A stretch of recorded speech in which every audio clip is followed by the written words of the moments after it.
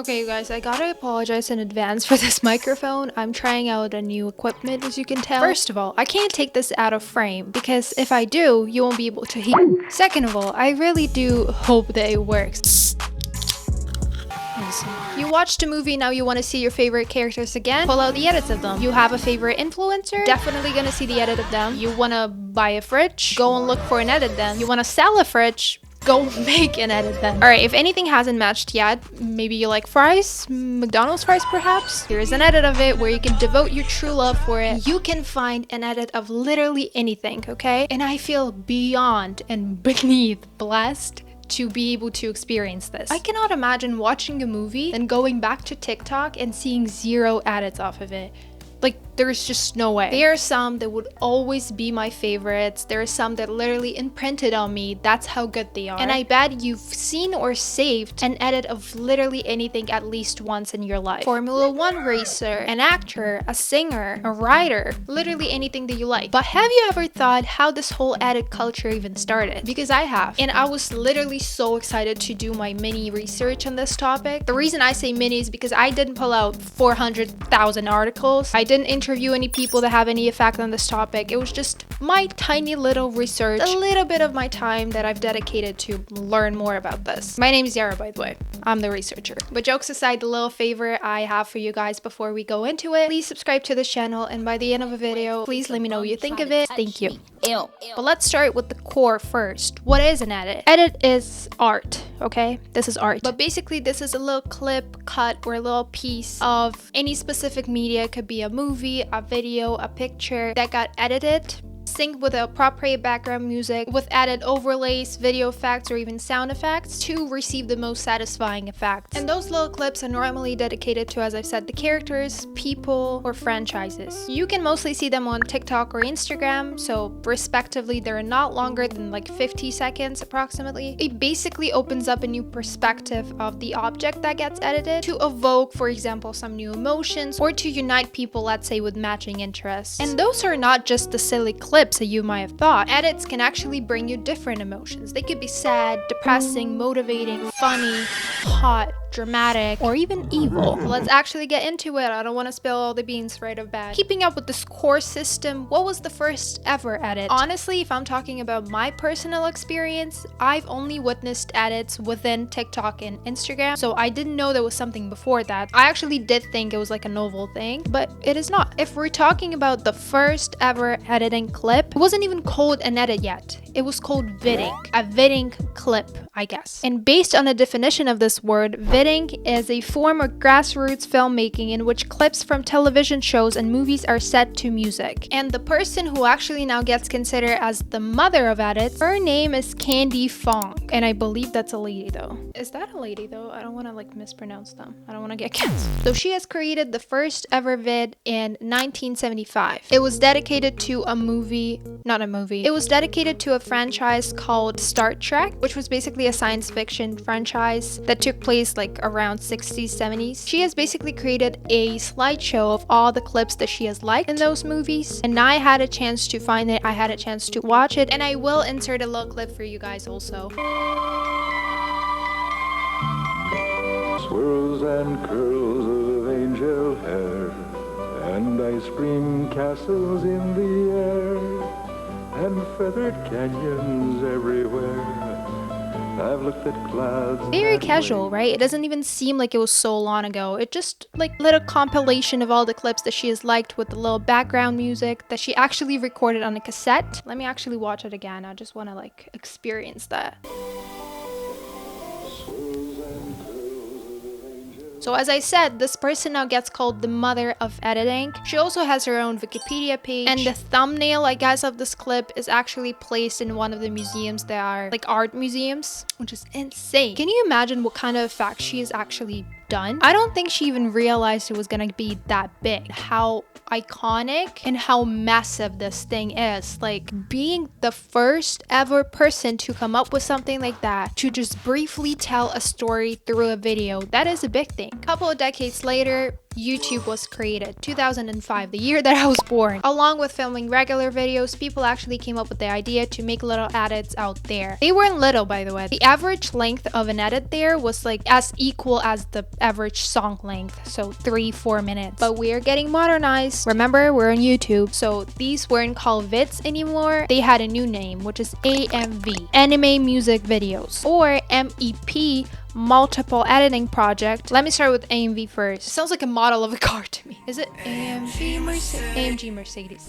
So anime music videos were basically the same thing as the first ever fan video. Just the clips of the favorite cartoon or a movie or whatever with some music on the background. I couldn't find a lot of them, of course, it was so long ago. And every time you type in edits in YouTube, all you're gonna see is basically nowadays edits. But the one I could see, I could already tell that they were getting it a little bit more advanced. I could see a lot more effects, like video effects, and some songs that they've used I've heard before. We'll be 30 years old. Our songs have been sold. We've traveled around the world and we're still roaming. Multiple editing project is basically also the same thing, but for example, you have a song that's like 3 minutes long and you separate certain parts of the song. So for example, you divide it by 3 and 3 people are working on their specific part, if that makes sense. So you can basically witness 3 different perspectives, 3 different styles, 3 different types of moments, if you will.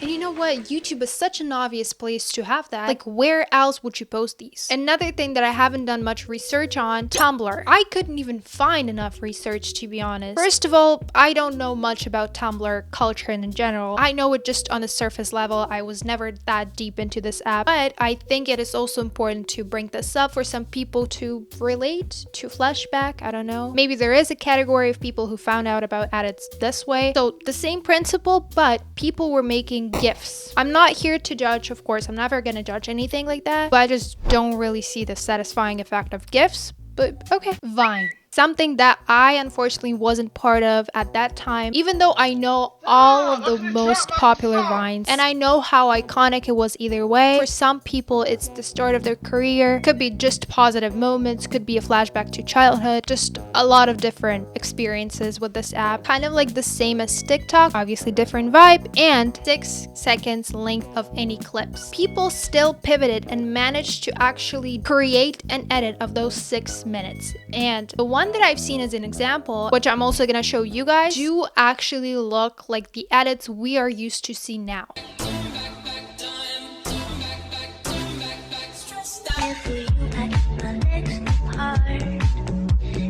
Even more advanced effects, even more modernized music, and even more ideas. Because internet was already a huge thing that only continued to expand. And you may think, wow, it's only 6 seconds. No, trust me. There is a little oomph in that, you know what I mean? So, what I also got in my mystery pocket is a little article.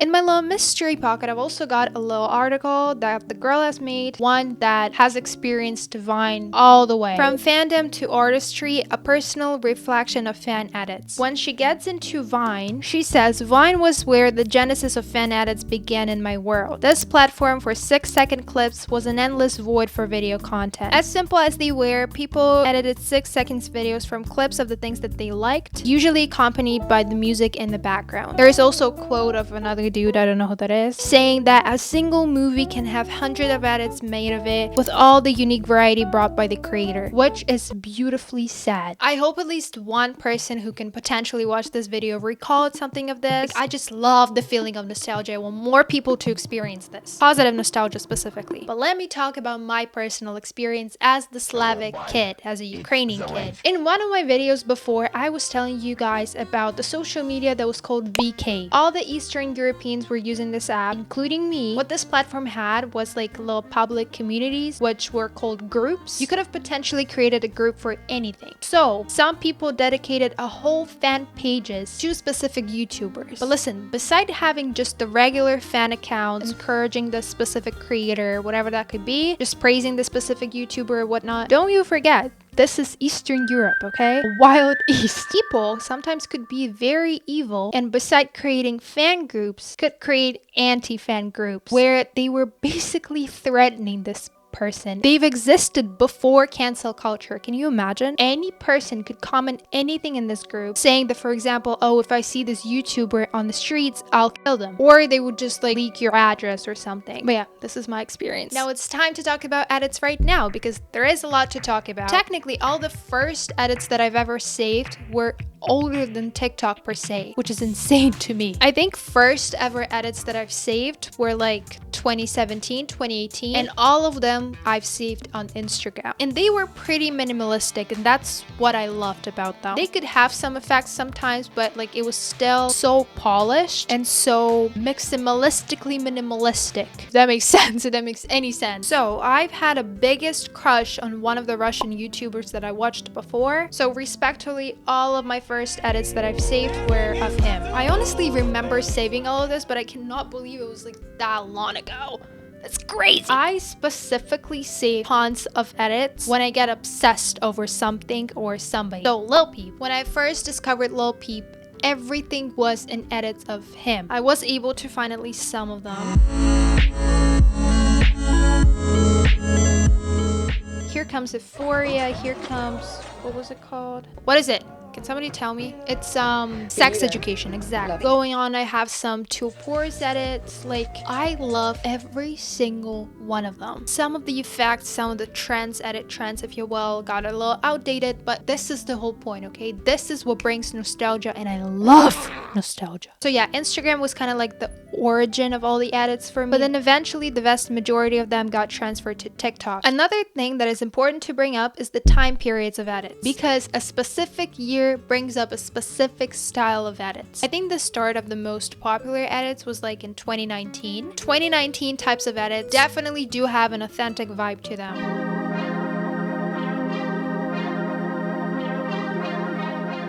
Random clips mixed together. If we're talking like actual edits, like fan edits of a specific person, for example. Did I say person? All of those edit creators were like heavy on video effects, video transitions, which made 2019 types of edits more unique in its own way. 2020 types of edits, somewhat similar to 2019, but with another shift of vibe, if you will. There is a subtle difference between these two that you are able to only feel, not really describe, I guess. Like the music, the audio are different, the styling of editing is different, and I love how this almost became like a full-time job for some people. It's not like here's a video, I'm gonna cut it a little bit, then add a music, and that'll be all. No, people actually spend a lot of time on that in such advanced apps. And with that being said, I do think that all of the creators of any edits do deserve a tons of credit. You are amazing. Thank you so much for your hard work. If you need at least one person in this world who would be as much appreciative of your hard work as one could ever be, that's me. That's me that you're looking for. And I'm not even being dramatic. There's at least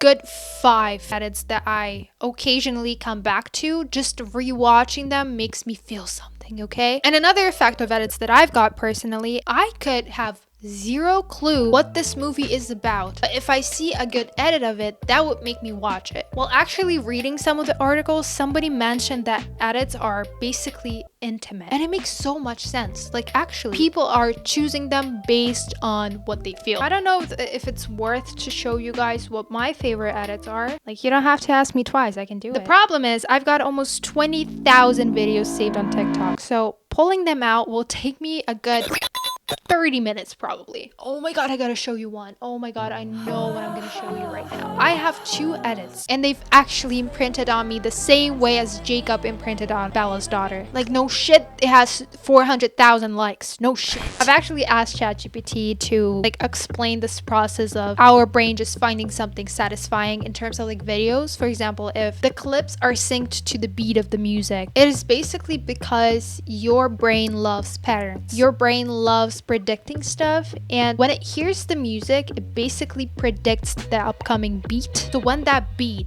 matches with the prediction of your brain, as well as also with the clip that you're currently seeing with your eyes, it gives you that satisfying effect. That's the whole magic behind it. I love our brain. Oh my god. And on this beautiful note, I'll probably call it a day. It's already dark outside. That's how much I've talked. I hope you guys liked this video. To be honest, if I saw this video on YouTube, I would probably clicked on it too. So if you're already here, thank you so so much for clicking on it. Thank you so much for tuning in and making it this far. As always, let me know what you think of this video. Let me know what you think of edit culture in general. I'll see you next week. Bye.